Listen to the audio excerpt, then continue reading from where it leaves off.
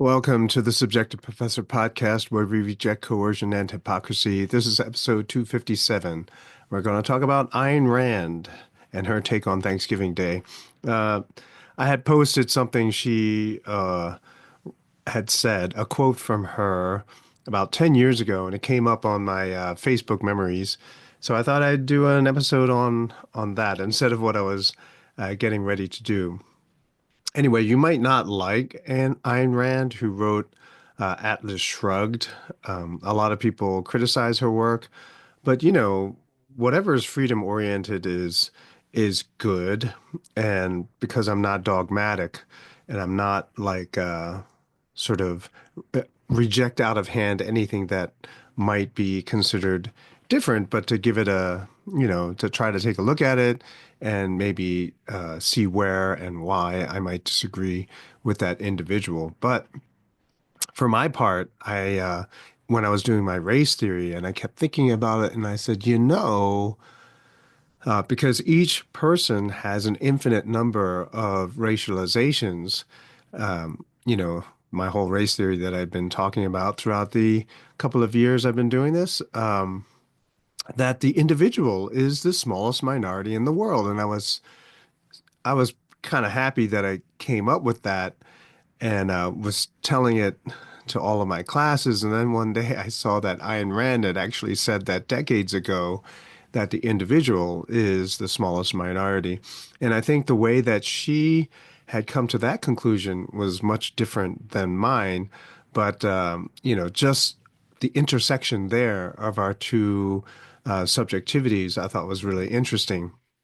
But anyway, having said that, Thanksgiving Day, as it's celebrated in the United States, has its origin in 1621 with the Plymouth colonists, Puritans, who came out of England because they were dissatisfied with the Anglican Church there. And so the Puritans came and to the New World, so to speak, and pretty much started starving to death because they just could not survive in the harsh climate that is Massachusetts. And then in the spring, whoever survived got to know the Native Americans there, the Wampanoag people, and it turned out that Squanto, one of the people that hung out with them, could speak English because he had been captured and taken to England. Then he escaped and returned back to the New World.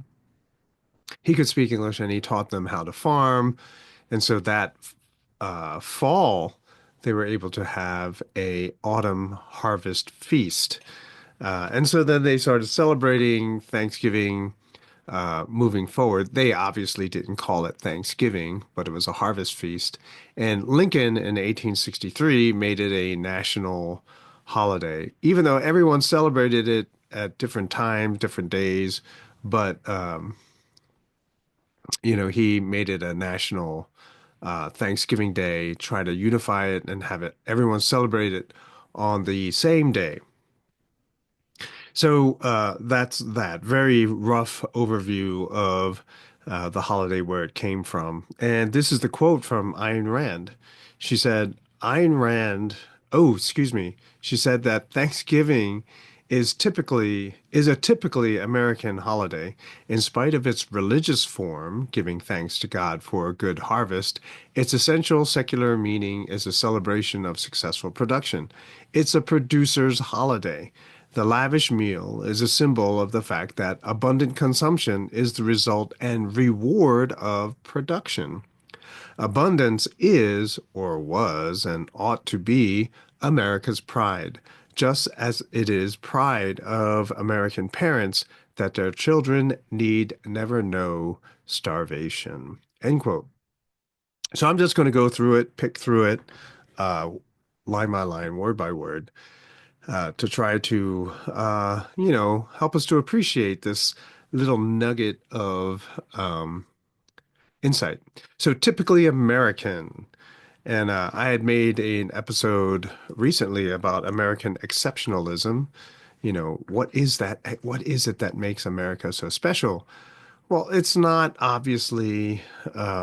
anything specific other than the freedom that used to be in this country. Very little regulation, which then means that there is open competition with many other people, which means that if you want to succeed, you have to innovate creatively, right? And that is what is so typically American. And so, because of that freedom, that level of freedom, you can have this American-esque type holiday, right? And it's so typically American. That's how people will say, "Oh, that's so American." Of course it's American because we're free over, well, we used to be free over here. And that's why everything is so big, so large, so over the top, so much excess, right? And then holiday, thinking about what a holiday is. So taking a break because you can afford to. So it's having a holiday means it's a symbol of having something. Otherwise, every day is a holiday, right? So either you occasionally have a holiday and it represents the fact that you can take a holiday. Otherwise, every day is a holiday because you're starving to death, right? There's unable to work, unable to do much of anything. So holidays are very interesting, right? If you try to look at the balance of work and holiday, who actually celebrates, why do they celebrate, what are we actually celebrating, right? And I'll talk about co-option again, certain ideas being taken over by, quote unquote, evil people, right? So you take something really good and you turn it into trash, right? So holidays also are subject to being taken over by ill-minded people. All right, and then the next line here it says, in spite of the religious form, right? In spite of its religious form. Well, you know how I feel about religion, right? Religion is just simply a system of belief. Everything is religious. Ayn Rand's belief is her religion for herself. There's no way to get around it. Whatever you believe is true, that becomes your religion. It is the foundation. It is the criteria. It is that, you know, rubric or standard that you use to make judgments about everything around you, good or bad, right or wrong, best, less best. Um, my head is a little bit still not 100% because I'm struggling with that sinus infection. But anyway, so it seems that pretty much any society that has a harvest has a time of celebration, right? It's not just, you go to any other country and they have some sort of harvest oriented festival. I believe Oktoberfest in Germany is something like that. In Korea, I know there's something like that. And so it's not uniquely religious in the sense that it's tied to Christianity and the pilgrims. But anytime you have an abundance, which is right after the harvest, people are feeling good. It's a time to celebrate. And so we have to keep in mind too that this whole idea of separating and distinguishing religion and culture is a more modern, recent Western phenomena, right? When societies were isolated from each other, culture and religion are indistinguishable from each other. And it's only when people start encountering other people from other cultures that you begin to say, well, wait a minute, maybe there is something cultural versus something religion, like Christianity, when they start proselytizing, when they start trying to spread their religion, now you have this attempt to distinguish culture and religion. Oh, you can keep your culture and just add on these beliefs. And so, what specifically are the religious beliefs? What specifically are cultural beliefs, et cetera, et cetera? And no one has resolved that issue yet. That's why if you go to seminary, a lot of biblical interpretation, a lot of that is cultural, culturally defined, attempts to overcome culture, cultural bias, et cetera, et cetera. Right. So when she says, in spite of its religious form, well, come on, everything is religion. And as I said, even her anti-religionism, that's her religion. All right. Let's see. And it might be that she had some encounters with rude encounters with kind of closed-minded, narrow-minded fundamentalists or radicals, where they, at some point, they always leave logic. Um, and that's probably why she has this broad rejection of religion. Next line. Its essential secular meaning is a celebration of successful production. It is a producer's holiday. And I agree, right? It's a celebration of production. So people who are wealthy, and this is before the age of big government and regulation, they're wealthy because they make something, right? So where do you generate, how do you generate wealth? Well, I already said in another episode, you can't become wealthy through plunder, right? By conquering other people. You just are taking their wealth, but you're not creating wealth. You're not creating more wealth. You're just stealing a little bit of what other people had produced. And after you kill all those people who produce that wealth, yeah, there's no more wealth coming from there. So, so there's this thing where you want to celebrate the production, not the soldier. It's the production, right? Make something. And we have to remember that the default or natural state of humanity is poverty. In other words, everyone has to work, right? And it's only as we come to the modern period where the standard of living excuse me, the standard of living had has increased so much that children can go to school instead of working in the fields. I mean, that is a testament of production, right? Because if everyone stopped working, we'd go right back to poverty. And so everyone must figure out some way to work.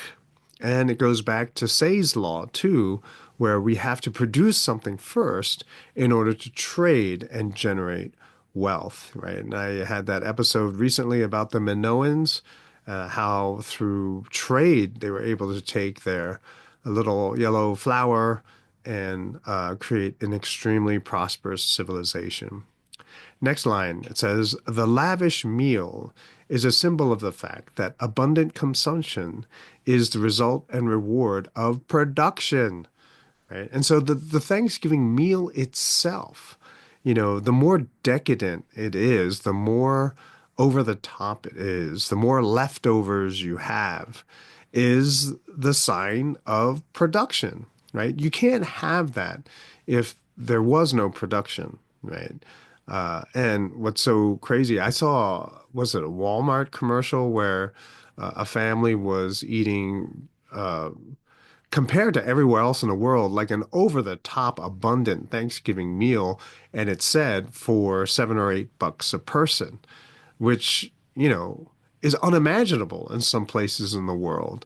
And so that is something that we have to celebrate, right? It's not something to be ashamed of, but rather it's something to celebrate. So people will often get upset at the excess, but it's always better than starving, right? That's, if to have the opposite, or if you listen to some Marxists or socialists or communists, it's almost like they would prefer that everyone was starving. But of course, in their mind, they wouldn't be, right? So and I mentioned this before, in the Communist Manifesto, the communists are the government, right? They are the ones who are telling everyone else how they're supposed to live. They always live comfortably, right? They always get to ride the jets while everyone else is starving. They get cars while everyone else is starving, right? They get to dress up in fine clothes while everyone else is starving. This kind of situation, those are the people who always get upset at the excesses of the average person, right? And what about poor people? What about them? Well, they should be given freedom and opportunity. In other words, no one chooses poverty. No one chooses poverty intentionally, right? So when people make their choices, they're not going to be like, oh, what's the choice that'll make me really poor? What's the choice that will help me to lose everything so then I have nothing to feed my children? Yeah, no one does that, right? No one intentionally chooses poverty. Everyone makes the choices which they think will end up in something with something beneficial. And so poor people are poor for reasons other than the excess that exists here in pre-big government America, right? So the fact that all of these people, like 100 years ago, were living well, it wasn't because they were exploiting people in Africa to be able to eat that well. It's not even like that food came from Africa, if you understand what I mean, right? And so it's not about that the abundance here is somehow penalizing everybody else. No, the challenge is to allow those people to have as much freedom as we had here in the United States. And so that's something to keep in mind. And then the next line is abundance is or was and ought to be America's pride. You know, to have a lot of abundance is not greed, right? Rather, right, because I had that episode early on where everyone is greedy, everyone wants more, right? And just so basically, my definition of greed is wanting more than what you have right now. And if you are listening to this podcast, then you are greedy for knowledge, right? So everyone is greedy for something. You want more, right? And especially if you're saving up for retirement, that's greed too. So anyone who wants more. So who's the greediest, of course? Well, that would be the state, the government, right? Because they have a limitless hunger for resources, right? I even heard today that Ukraine has so many rare earth deposits. That's why the BlackRock and companies like that are trying to perpetuate and keep up this war and eventually win somehow, maybe even to get NATO to fight the war for them, right? So that kind of greed, no one really talks about. But when they look at someone who worked really hard and then is now retiring, they look at that greed and they hate on that, right? So instead of that, we should take pride that that person has figured out how to make more, how to become more efficient, how to be able to save more. But remember that the greed that also has the power of legislation, that is evil, right? And we have to somehow get out from that thumb, which again is proving to be a lot more difficult than just simply a campaign speech. And the next line, just as it is the pride of American parents that their children need never know starvation. And isn't that the motivation to leave the world better off, our families better off than we had it, right? That certainly is my motivation. You know, my wife and I, when we try to save as much money as possible, I'm not thinking about my retirement. I don't know. Is that weird?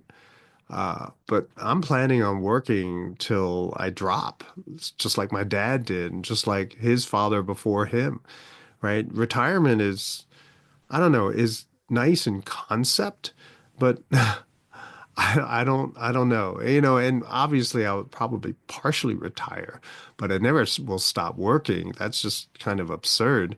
And so one does that so that you can make a better life for your family after you're gone, right? You just want to make sure that they have it a little better than you did. Right. And it's the Marxist mindset. It's socialism. It's all that fascist nonsense, which is fueled by subjective emotions. And remember what I said about emotion. Emotion is the absence of knowledge, right? So if you're logical, it's no emotion, right? Because it's all knowledge, information, logic, reasoning, right? So those subjective emotions is the spirit of negativity, jealousy, laziness, covetousness, you know, and those emotions, which interestingly enough has corrupted academia, right? The college professors, politics, religious leaders, religion in general, and life in general, right? So emotions, it's this lack of information, lack of understanding, too narrow a subjectivity, the inability to recognize there are many subjectivities.